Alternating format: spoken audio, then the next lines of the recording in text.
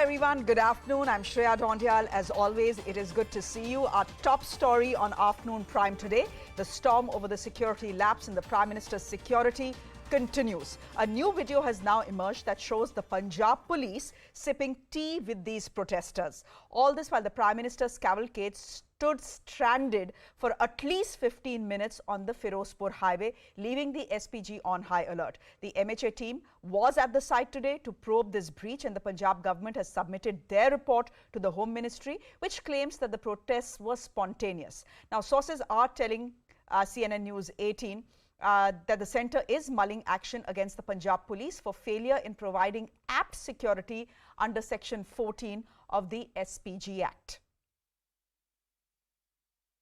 Okay, this is the big story that is playing out. Apart from that, today is when the Supreme Court has taken cognizance of the matter. As you know, there are two parallel inquiries that are going on. One that has been set up by the Punjab government and the second that has been set up by the MHA. The matter was in the Supreme Court today. So the Supreme Court has essentially told the Registrar General of Punjab and Haryana to A, keep all communication related to the Prime Minister's travel that needs to be submitted to the Supreme Court, and B, the Supreme Court has also said that neither of these inquiries can take any action right now. So the MHA and the Punjab government cannot take any action right now till the Supreme Court hears the matter on Monday. I'm going straight across to Arunima, who is joining us on the broadcast. Arunima, first things first, let me understand from you the video that is playing on our screens right now. Tell us what exactly is worrying about the video that we have put out. So if you can see the video, 2-3 points I would draw your attention to.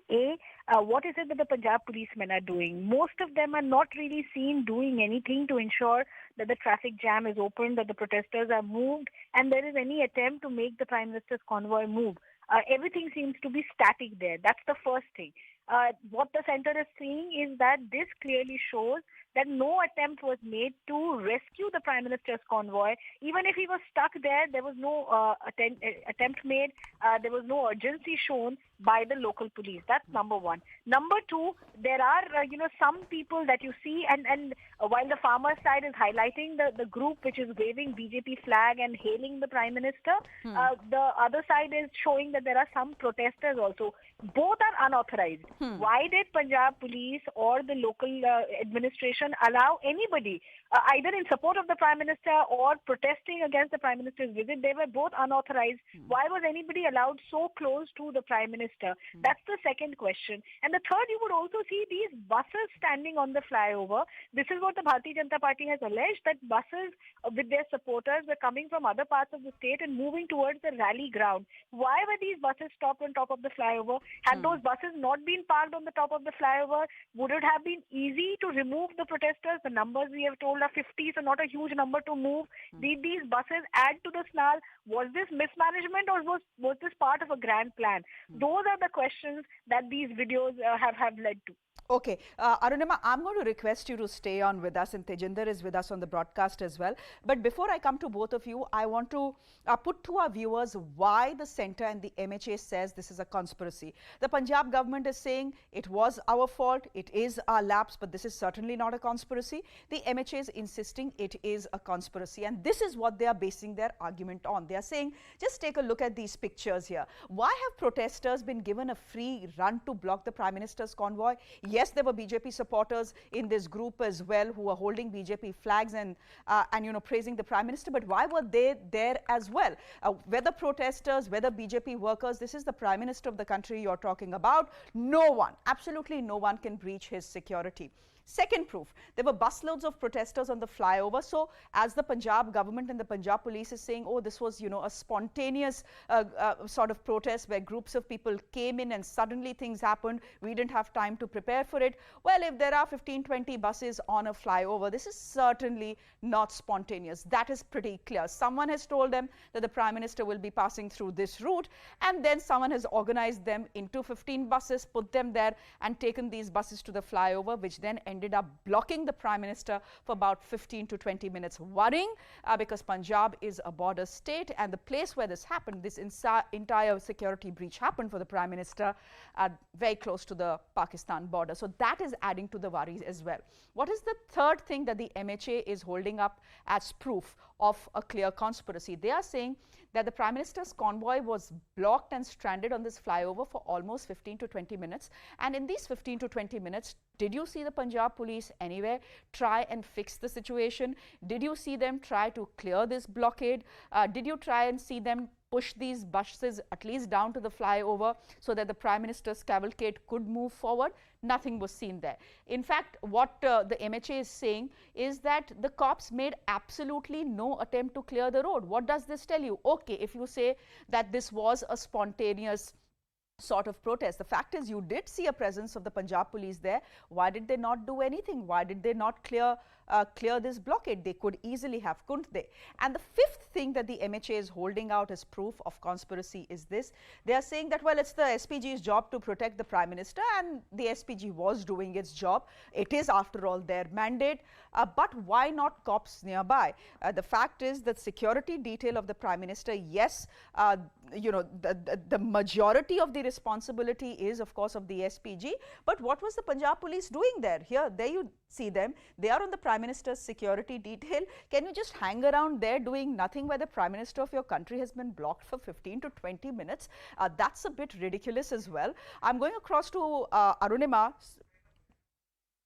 Okay, we'll try and explain the footage that we've just seen right now to you, and then I'm going to ask Tejinder and Arunima to come in as well. Just take a look at this. This is 5th of January. This is when Prime Minister Modi is in Punjab because he has a rally to attend there. This is what happens. He's on his way to Firozpur, and then he's stopped, blocked for 15 to 20 minutes on a flyover. Here you're seeing the Prime Minister wearing his mask, wondering what is happening because, well, this is not a usual situation. This is actually a highly unfortunate and dangerous situation that had arisen. So you have the Prime Minister sitting there. You have the SPG surrounding his car. It's their job. They're supposed to protect the Prime Minister, so they are there. They are wondering why the Punjab police is not doing anything. Of course, the question, and there you see it. Look at the Punjab police again, just hanging around, not doing anything. The least, at least, you know, even if the protesters weren't listening to you, the fact is that at least an attempt could have been made to ensure that these 15 buses move back you know, to the bottom of the flyover so that at least the Prime Minister's cavalcade could pass by. Why was that not even done? Let me go across to Tejinder, who continues to be with us. Tejinder, we are seeing, of course, the SPG doing what it needs to do. The question is on the Punjab police. You know, forget whether this is a conspiracy, forget whether this was a security lapse. I just want to speak to you about the situation there on the flyover. This is where your Prime Minister is stuck for 15 minutes and the Punjab police is just hanging around, seemingly making no attempt to clear this blockade. Shreya, if you remember, soon after this incident unfolded on January 5th, we spoke about this, and I told you that on my way from Moga to Firozpur, I saw a large contingent of police present on the flyover. We were told by the very same police that you should move from here as soon as possible because the road is going to be blocked by the farmers. So clearly the police knew that the road would be blocked by the farmers. There was large number of police personnel present at the spot. We saw on our way this flyover, we saw large number of police personnel present, and yesterday also we spoke to one of the eyewitnesses who happens to be the former deputy commissioner of Firozpur. He said that he was also stuck there for 3 long hours. It was before the Prime Minister's arrival. He told us that when he was on his way to the flyover, he was stopped by the protesting farmers, and he informed the present deputy commissioner of the area about the protests going on, and the present deputy commissioner had sent the local SSP and the DIG to the area to get the road cleared. But despite this, why clearance was given to the SPG when the local deputy commissioner, the local SP, the DIG, they had the information that the road has been blocked? As you rightly pointed out, Shreya, the Punjab police was present there in large number, but we can see in these visuals they are doing nothing when the Prime Minister has to wait there for 20 long minutes. One can imagine anything could have happened at that point in time, given the fact that the international border with Pakistan is just 25 to 30 odd kilometers away from that very spot. You have several houses there which have not been sanitized. We saw that place. When there is any VVIP movement in any area, you see mostly snipers deployed on the rooftops of